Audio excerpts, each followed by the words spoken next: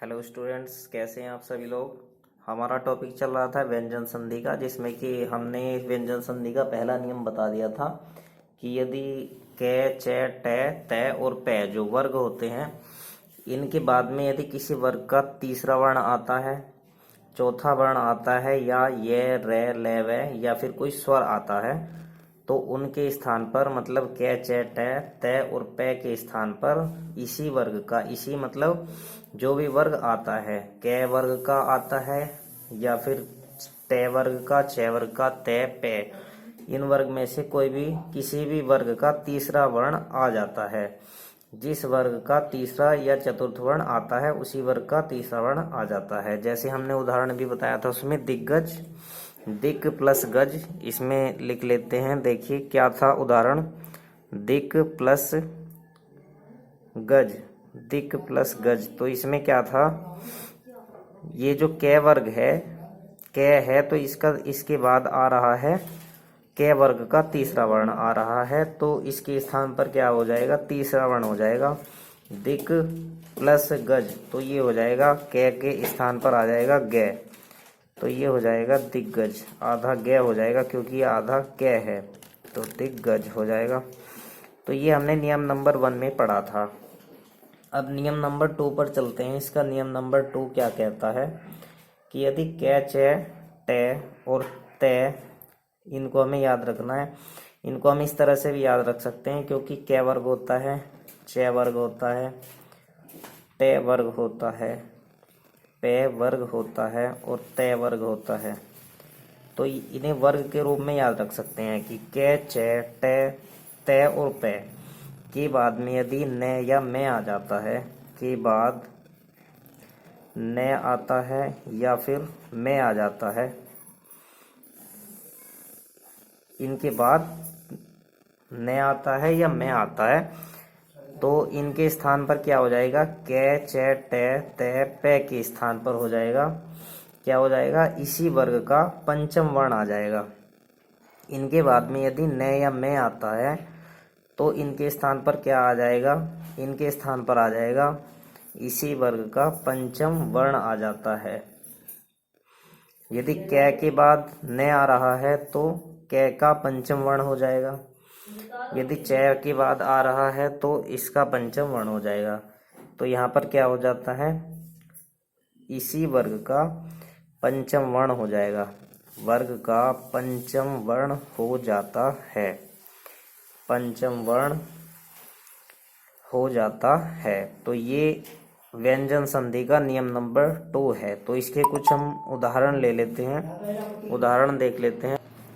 तो नियम है हमारा कै, चै, टै, तै, पै के बाद में यदि न या मैं आता है, यदि इनके बाद में न या मैं आ जाता है तो इन्हीं वर्ग का मतलब इनमें से जो भी जिसके बाद भी न या मैं आएगा, यदि कै के बाद न या मैं आ रहा है तो इस वर्ग का पंचम वर्ण हो जाएगा। यदि चै के बाद आएगा तो चै का पंचम वर्ण हो जाएगा, और यदि टै वर्ग के बाद न या मैं आएगा तो टै वर्ग का पंचम वर्ण हो जाएगा। तो इसी के साथ हम इसके कुछ उदाहरण को लेते हैं। जैसे इसका एक उदाहरण लेते हैं हम, वाक मैं, वाक प्लस मैं, वाक में लेते हैं। तो वाक में क्या होगा, वाक में तो कै आया, इसमें कै, वाक में, वाक में तो कै के बाद आ रहा है मैं, तो इसमें मैं आ गया, तो इसका इसी वर्ग का पंचम वर्ण ले लेंगे। कै का पंचम वर्ण होता है अंग, होता है अंग, वांग हो जाएगा, तो अंग से हो जाएगा वांग, वा और अंग हो जाएगा ये आधा, और मैं और ये मिलाकर लिख देंगे, ये हो जाएगा वांग मैं। तो इस तरह से हम इसको संधि विच्छेद करते हैं, संधि विच्छेद की संधि करते हैं। तो दूसरा उदाहरण लेते हैं, जैसे उत प्लस नति, उत प्लस नति लेते हैं। इसमें ये तय है, तो तय के बाद क्या आ रहा है, न आ रहा है। तो नियम में क्या था, कै, चै, टै, तै, पै, तो पै और तै इनमें से कोई भी वर्ण आता है, इसके बाद न या मैं आता है तो इसी वर्ग का पंचम वर्ण हो जाता है। तो इसके बाद आ रहा है न, इसके बाद न आ रहा है तो तै का पंचम वर्ण हो जाएगा। तो तै का पंचम वर्ण क्या होता है, तो सभी को ये वर्ग याद होने चाहिए कि तय वर्ग में कितने वर्ण होते हैं, कौन कौन से होते हैं। जैसे तय वर्ग में मैं लिख देता हूँ, तय वर्ग में तय होता है, थ होता है, द होता है, ध होता है और न होता है। तो ये 5 वर्ण होते हैं, तय, थ, द, ध और न। तो उत प्लस नति, इसमें क्या हो जाएगा, तय के स्थान पर क्या आ जाएगा, न आ जाएगा। चूंकि तय जो है आधा है तो इसलिए न भी आधा ही लिखेंगे। उ तय का आधा है तो न भी आधा लिखेंगे और आगे लिखा हुआ है पूरा न और ती, तो ये हो जाएगा उन्नति। तो इस तरह से हम इसको करते हैं। एक उदाहरण और ले लेते हैं इसको अच्छी तरह से समझने के लिए। इसी के साथ ये जो है हमारा नियम नंबर 2 पूर्ण हो जाएगा। तो दूसरा उदाहरण लेते हैं, जगत प्लस नाथ, ये ले लेते हैं।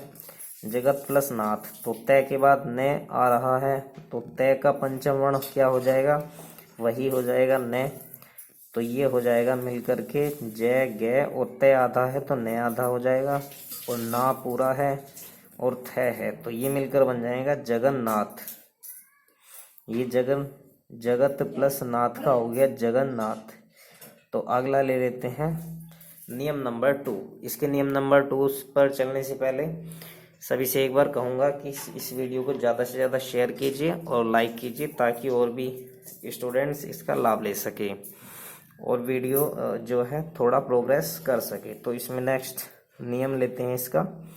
दूसरा नियम क्या है, यदि तय या ट के बाद में च आता है या फिर फ आता है, तो नियम नंबर 2 क्या है कि तय या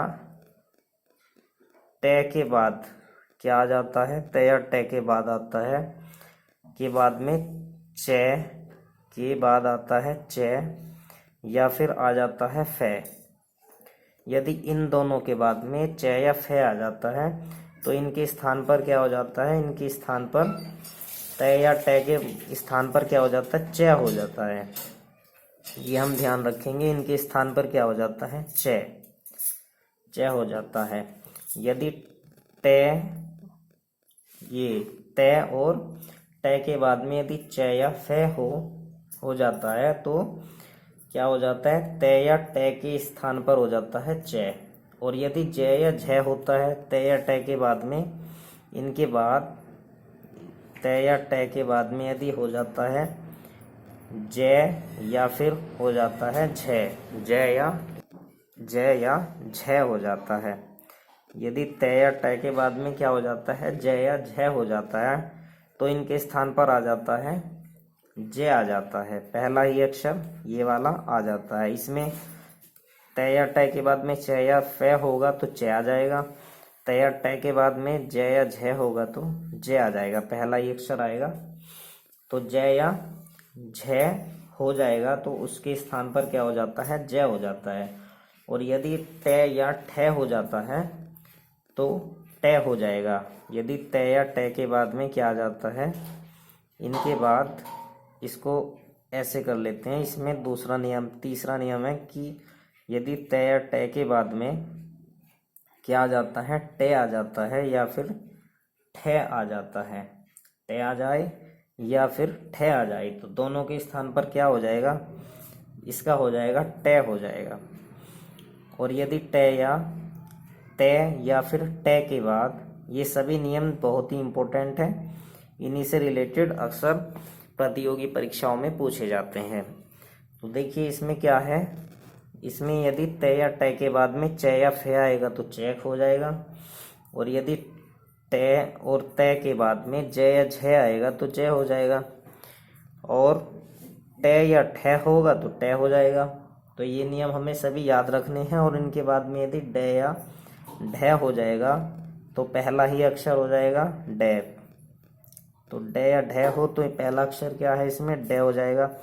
और इनके बाद में यदि ल होगा, के बाद यदि आ जाता है ल, तो इसका क्या हो जाएगा, ल का पूरा ल हो जाता है। ये सभी हमें नियम याद रखने हैं, बहुत ही इम्पोर्टेंट है।